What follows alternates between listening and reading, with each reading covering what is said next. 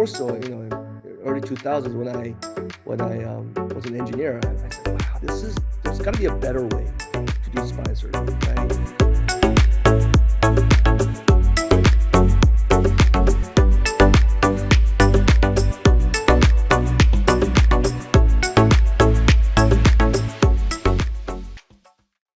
During the striker days, I learned a lot about spine surgery, right? Mhm.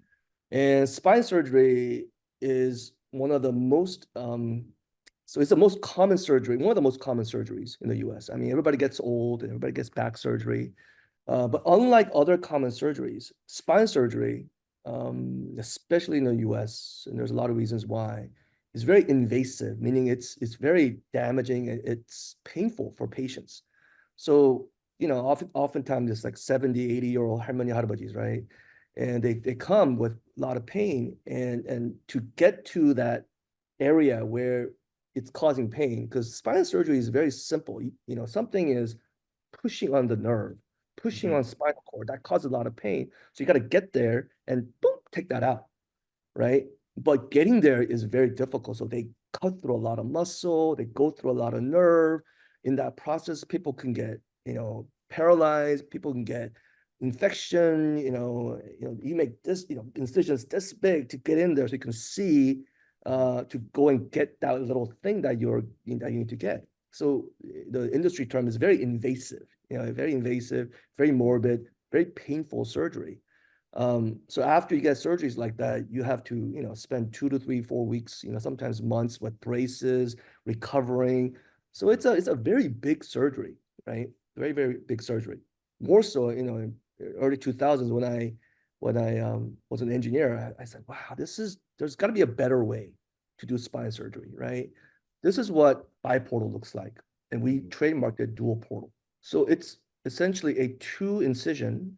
One incision is for the scope, and the other incision is for the instruments that go in and out, in and out. And you're visualizing underneath the skin, what you see is something like this.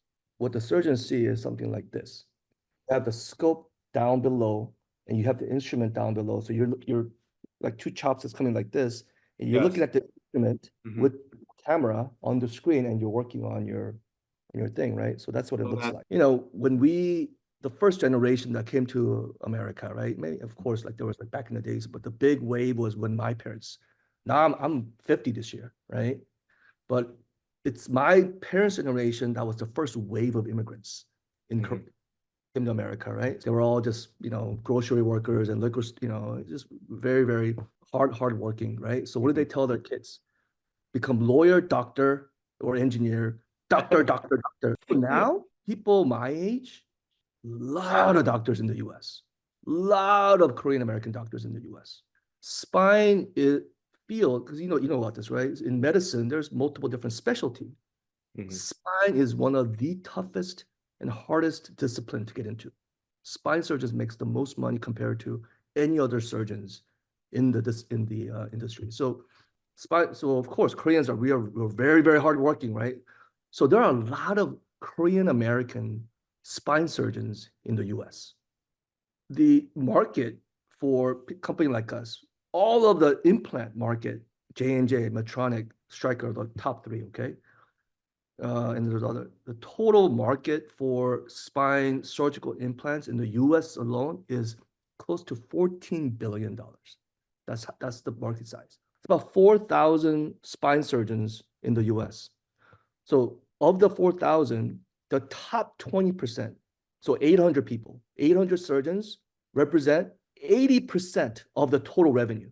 They're the ones who are constantly busy, busy. So there's 800, so that's like Stryker, Medtronic. We target those people. They're the KOLs. They're the top performers. So we're always going to work with those guys, right? They're the Mhm. most Mhm. influential guys. They're the ones who are directors and Ivy League, big hospitals, and they're the ones who are publishing. They're the influential ones, right? The 800 people. Do you know about half of the 800 people are Koreans? What? There's a Are all Koreans? Korean Americans. The big society, the big sort of political society for spine surgery only allowed Korean Americans to form their own society called Korean American Spine Society. Wow. Look it up, KASS. So there's no Chinese American Spine Society. There's no Indian American Spine Society. There is no Japanese American Society. They all tried, but they weren't influential enough. But Korean Americans were so influential. So every year we have our cast meeting, and half of them are my friends because we're all same age. We all grew up together in this industry. So this is the final thing I want to share with you. Okay. When 2020, Dr. Don Park from UCLA, when he started, he is one of the presidents of CAS. He's one of the more influential figures. After that, a lot of Korean American surgeons started doing dual portal because they realized this is from Korea. But we have a big connection.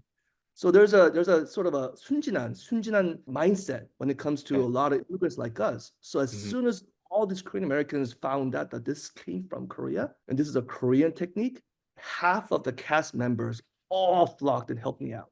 So the first, I would say, 20 surgeons that helped me out with dual portal were all Korean American surgeons. And they're all my friends that I have a network. This is the story that as a Korean American, I am very, very proud and feel very emotional about, is that how often, you tell me as a journalist, because you see other areas, how often do you see a truly Korean Korean-born, Korean-developed technology technique, right? Carried out by Brought Korean. to the US and popularized by Korean American influential surgeons, KOLs. In the middle of it is another Korean American guy. I feel so privileged to be part of it. Yeah. And Yes. another thing is, it's not just a technique. This is really revolutionizing spine. This procedure is eliminating opioid. It's a big mayak and opioid crisis. You know what? Not mayak, but like a painkiller crisis in the U.S. This is obviating the need for painkillers from spine surgery. People get cancer in the spine and they have to get that removed. But because the spine surgery is very invasive, they take the spine tumor out, but they can't get radiation therapy for months and then cancer comes back. But with this procedure, you can get radiation therapy right away because it's so minimally invasive, right? So many people get infection, they die, paralyzed because but this is a procedure that I'm so proud that our Koreans developed that's actually changing people's lives.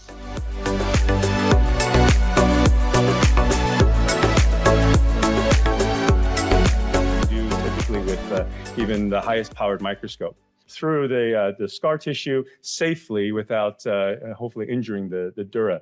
Leads. And then one thing that's been quite useful after the water bath incident with the first case, and these are the ones that others can really opine on further. And then after a while, once you sort of learn, you can actually. This is an incredibly facile case to do with uniportal endoscopy. As I say, you pick the pathology that best suits, or you pick the technique that best suits treatment of your patient.